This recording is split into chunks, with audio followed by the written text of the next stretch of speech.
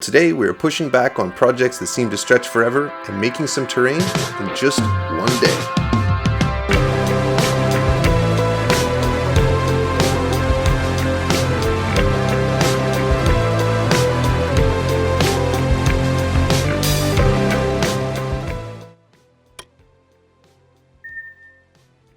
A great place to start if you're trying to build terrain quickly is a toy like this Hot Wheels car garage. It's going to really give us a huge head start into making a cool piece of terrain in not very much time at all. So it comes separate from this plastic base. And as you can see, the base is pretty clearly designed to be a toy car base. There's some details where a gas station pump used to go, and the edges have these little slopes on them, and there's these little ridges around it that make it awkward. So after a little bit of consideration, just not going to use this base. Let's cut a new base out of insulation foam. This is a Proxxon cutter. It helps cut through insulation foam really quickly with this hot wire, but you don't need one to cut insulation foam. You can use a sharp knife, as I've done for almost every other project on this channel.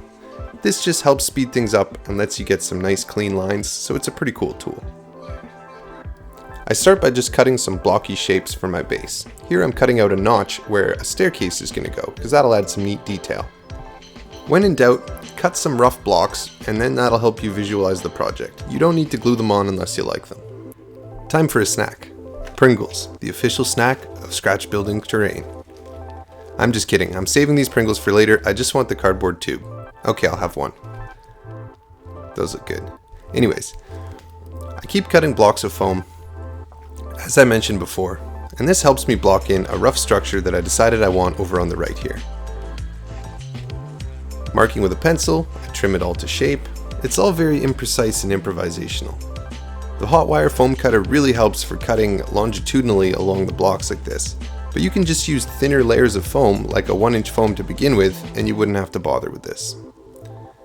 So here I'm marking out some markings on the facing piece of foam, and by cutting through this with my hot wire cutter, I can easily make an opening that's going to accommodate something like a garage door. Next, using some Gorilla Glue construction adhesive, which is my favorite way to glue styrofoam, I glue these pieces together, pressing firmly to make sure that there's not too much of a gap in between the layers. And in just a few minutes, we have a lightning fast concrete building that's going to look really nice on the right hand side of my structure. If you aren't subscribed already, please subscribe to the channel and give this video a thumbs up, it really helps out. Using the same construction adhesive, I glue the Hot Wheels structure onto the base that I've made for it, connecting it at the top there. You can see the Pringles tower is going to go over here on the right. It's going to be an area where I'm going to make some stairs. So I start with some black Foamcore board and trace out some circles. It's useful to have a compass for this step. You might have to dust off your math kit from grade 5 or whenever the last time you used this thing was. Carefully cutting out with a knife, I end up with some nice circles and cut out the interior circle as well. And then this piece is going to slot around my Pringles tube and be a walkway halfway up the structure. I measure how wide this walkway is where it connects to the Hot Wheels structure. And then measuring that out on my foam core, I cut it to make a nice flat side that's going to connect in nicely to that piece and look pretty flush.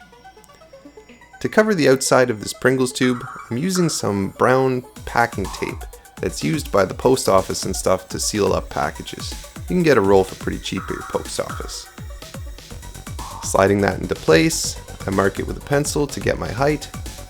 And then using these little styrene stairs from Plastruct, I try to visualize where the stairs need to go to fit properly and mark that with a pencil. As you can see, I'm not measuring anything, I'm eyeballing, cutting, and throwing caution to the wind, because this is, after all, a one-day project. There's no time to overthink things. We're just building improvisationally here, folks. I glue some pieces of foam to support my structure. These are going to end up as sort of detail boxes later, so they won't look so funny once it's done. I glue those into place, test fit my stairs and glue those in as well. The stairs have to have a little landing to look natural with the curve of the tube, and that's easily accomplished with the piece of Foamcore that I cut out earlier from the circle. Glue those into place, do the upper level as well, and we end up with this nice spiral set of stairs going around the Pringles tube. On the inside of the Pringles tube, I glued a scrap piece of foam just to give it some more surface area and rigidity on the bottom, testing to make sure it sits level on the table. With that done, I used some construction adhesive on the edges and on the bottom. You can see there on the bottom the piece is holding a bunch of construction adhesive, which is going to give it a lot of stability.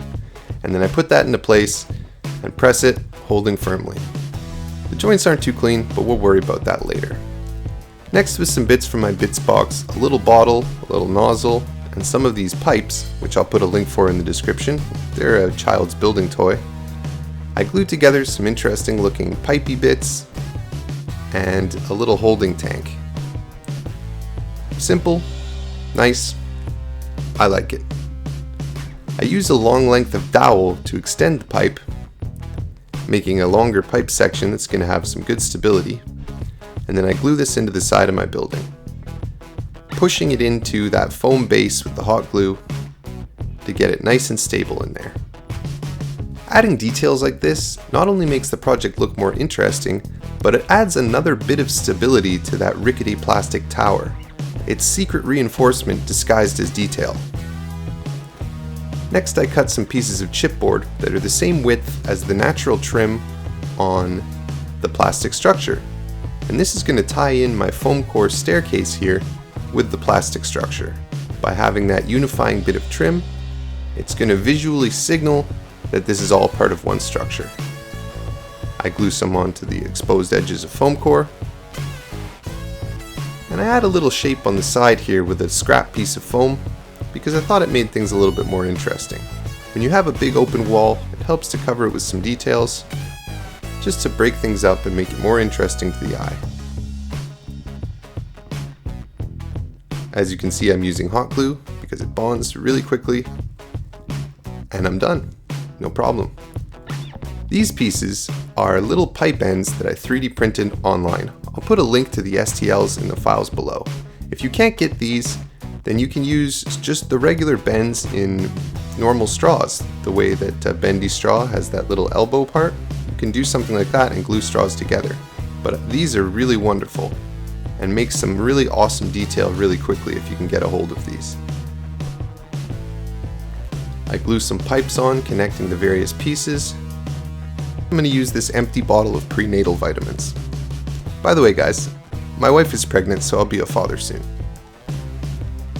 I tried to peel off the label, but it wasn't coming off very easily. So I did the same thing I did on the Pringles can and covered it with some of that brown tape. I had this plumbing fitting that has a good shape to it, but it has some writing on the top of it, so I shaved that off with a knife carefully, and then hot glued that bottle inside the shape there to create sort of a compound shape that's going to look like an electrical generator or something like that. Something like this. Cool looking shape. Next, I'm going to use this hardware cloth. You can find this in the outdoor section of something like a Home Depot, and I'm cutting it into place and then bending it with needle nose pliers. I'm able to create quite a nice little ladder shape. This ladder I'm just going to push straight into the foam with no glue where I want it. By not gluing it, I have the option to remove it if I need to, but it'll stay nicely there on its own. Next, I'm going to use some corrugated paper. Sometimes you can find paper like this in cookie tins, but I'll put an Amazon link as well if you want to buy a whole ton of it. It's pretty inexpensive and is a great crafting tool. I make a little square and hot glue that in.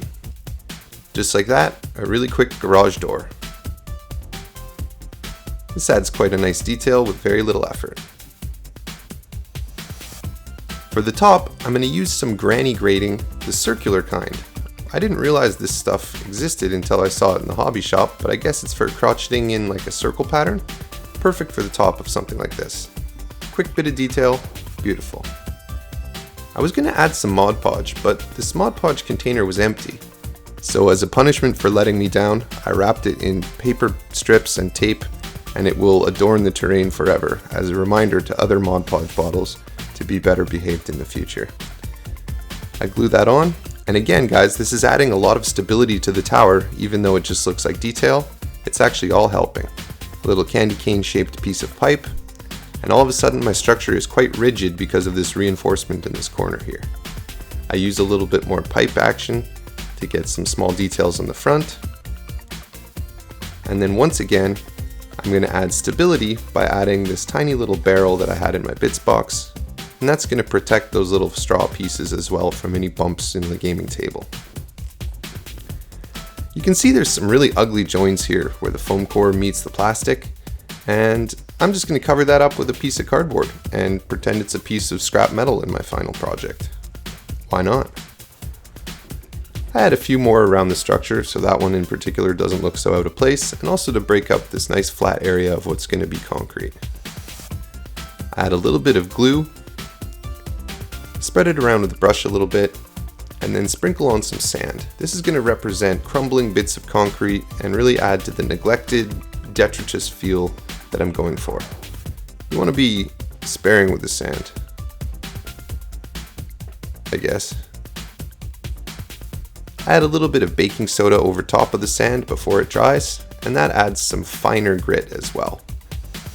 And there we go guys, after one day, I'm already have this really nice shaped project. It's not as much detail as I could possibly add, and some things are a little bit rough, but it feels great to get so much accomplished in just one day. Now let's paint this thing. I start by just priming it black with a black spray primer. Remember to keep your distance from the foam as you spray or you will melt it, but any can is safe for foam as long as you keep your distance. Next I come in with some burnt umber and hit all the metal parts, and then with a quick spray of silver spray paint, I hit them as well, but making sure to leave a little bit of that burnt umber showing. You end up with something like this. It's quick, it's rough, and it looks pretty good. Next we'll add a little bit of gray to paint in the concrete. Mix that together with a palette knife, and I start applying that to all the areas that I don't want to be metal. Sometimes a quick paint job is all you need. You can see here why I left the ladder separate, so I can remove it during painting, no problem. Makes it nice and easy. I make sure to take my time around the edges of things that I want to stay this metal color, but other than that, I'm going pretty quickly here with a big flat brush, covering all the gray pieces, coming back for a second coat where necessary, and using a smaller brush around really tight details where I want to be a little bit more careful. Overall, it only took a couple minutes. Next, I use this homemade black wash, which is black paint, a little bit of dish soap, and water. As you can see, it goes on pretty dark, but as it dries, it lightens up nicely and just provides some contrasting texture and a little bit of contrast around the details. Using my finger, I feather out some nice streaks onto my flatter areas to look like dripping grime and weathering. Very simple, very easy, and gets rid of those telltale drip marks that make it look like a different scale.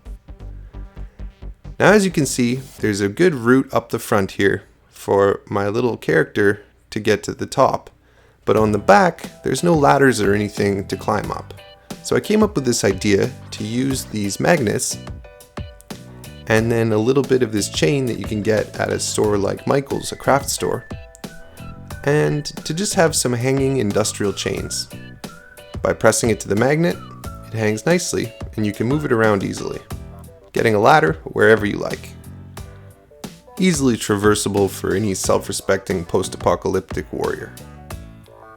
You can even extend the chain by pulling it out almost like it was on a winch, which is a cool added benefit. And you can just tuck it back in and it'll stick to the magnet nice and easily. Pretty cool. And you may be thinking, okay, but what about the magnet on the top? That looks kind of weird, right? Well, if you add 3 more, it looks quite a lot like a little oil drum.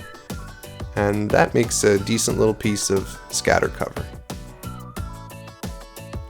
So there you have it, guys. The one-day build is in the books. I'm really happy with how this turned out.